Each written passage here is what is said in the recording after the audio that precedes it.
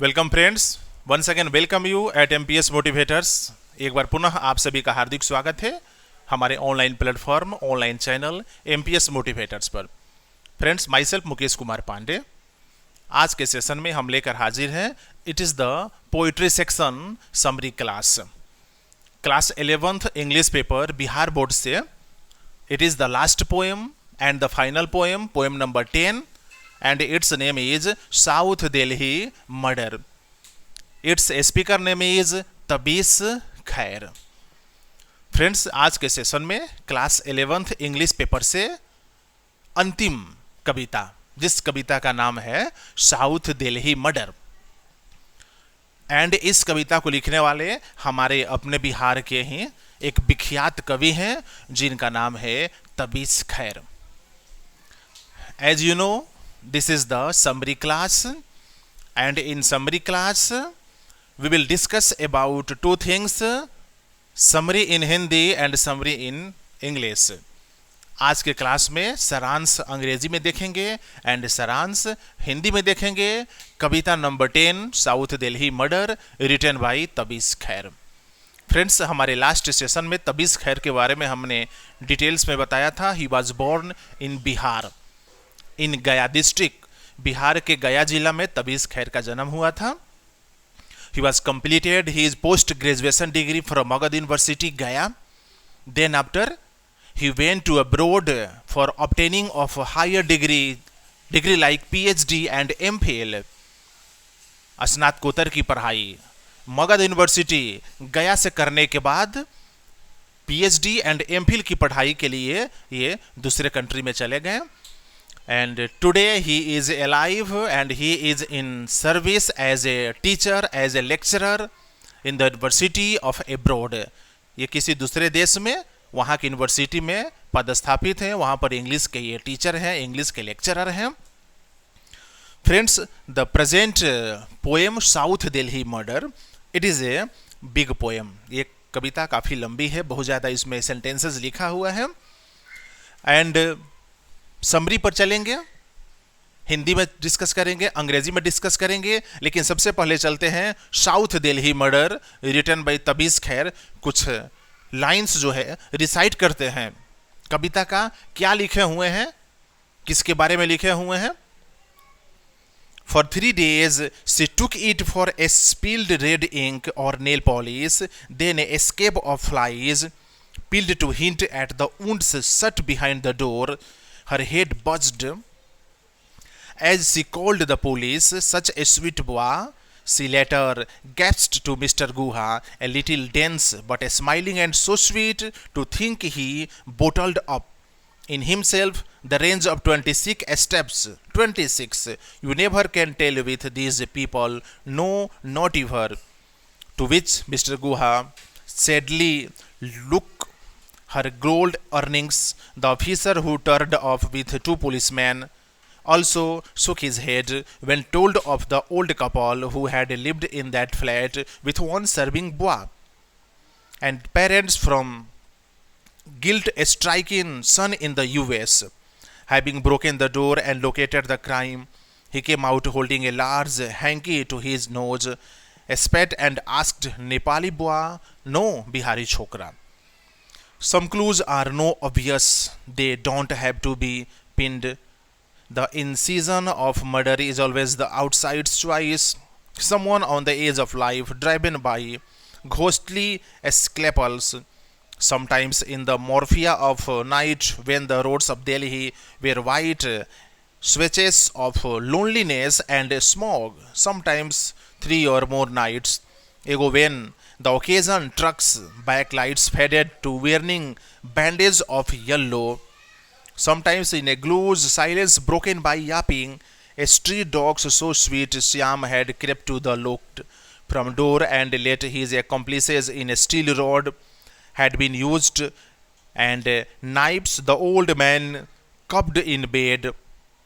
His wife surgically stabbed later. A Cusion was asked by the officer to make a inventory of missing item, which was no long 2 TV set, radio, Banarsi saris, all the inherited silver, jewelry, cash, in fact everything of value except the laptop, which had been left behind in panic or ignorance of its value. Bihari Chokras scoffed the officer. What do they know of computers or alphabets for the matter? It turned out this time the Chokra in question had been filmed holding locked tears in parties. His address noted. Justice was clinical. Sweet Syam nabbed in his village with 50 rupees on him and a sari for his mother. Actually Tabish Khair के द्वारा लिखी गई कविता जिसका heading इन्होंने दिया है south Delhi murder. इस कविता में एक मर्डर का जिक्र किया गया है। एक कपल का, एक दंपति है जो ओल्ड हो चुके हैं, काफ़ी बुजुर्ग हो चले हैं, दिल्ली के साउथ इलाके में एक फ्लैट में रहते थे और उनका बेटा अमेरिका में सेटल्ड था अपने फैमिली के साथ। दिल्ली में सिर्फ वही दो व्यक्ति, वही दंपति, पति पत्नी, और उनको सर्विस करने के लिए, उनको सेवा देने के लिए एक नौकर भी उनके साथ रहता था जो बिहार का रहने वाला था।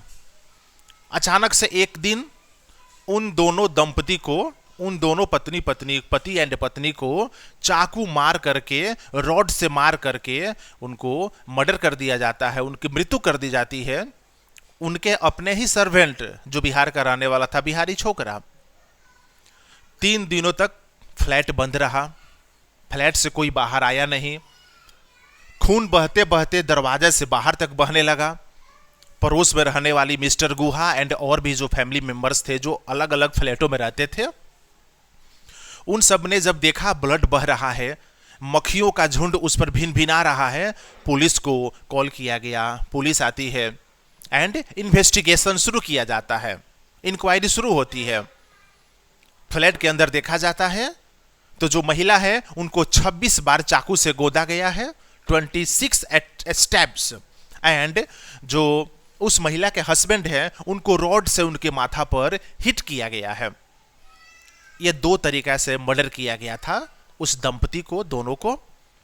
इंक्वायरी करने पर पता चलता है कि उस घर में जितने भी वैल्यूएबल्स थे, जितने भी महंगी सामानें थी, सोना चांदी, ज्वेलरी, कपड़े, बनारसी साड़ी, टीवी, ये सब कुछ उस घर में गायब है। उस घर से सब गायब कर दिया गया है। पुलिस को डाउट होता है कि जो सर्विस देने वाला लड़का था उसी ने मर्डर किया होगा और घर में जितने वैल्यूएबल्स हैं, जो कीमती सामान है, सबको चुरा कर लेकर चला गया होगा अपने राज्य बिहार में जहां का वो रहने वाला था। घर में एक कंप्यूटर टेबल पर पड़ा हुआ था। शायद उस कंप्यूटर को चलाने की ढंग या उस कंप्यूटर को चलाने की जानकारी उस बिहारी छोकरा को नहीं थी। कंप्यूटर से वो अनभिज्ञ था, इसलिए कंप्यूटर को लेकर के नहीं गया था। बाकी टीवी, बनारसी साड़ी, सोना चांदी, ये सब कुछ वो लेकर के फरार हो गया था। इन्वेस्टिगेशन शुरू किया जाता है। पुलिस को बहुत कठिनाई का सामना करना पड़ता है क्योंकि लोकेशन नहीं पता चल रहा है उस बिहारी छोकरा का, उसका कोई मोबाइल नंबर नहीं है, उसको ट्रेस नहीं किया जा रहा है। लेकिन एक पार्टी में वह बिहारी छोकरा जो था, वह बिहारी जो लड़का था, सर्विस देने के लिए गया हुआ था। वहां पर रिकॉर्डिंग में उसकी फोटो और उसकी तस्वीर कैप्चर हो गई थी। पुलिस को वो तस्वीर हाथ लगती है।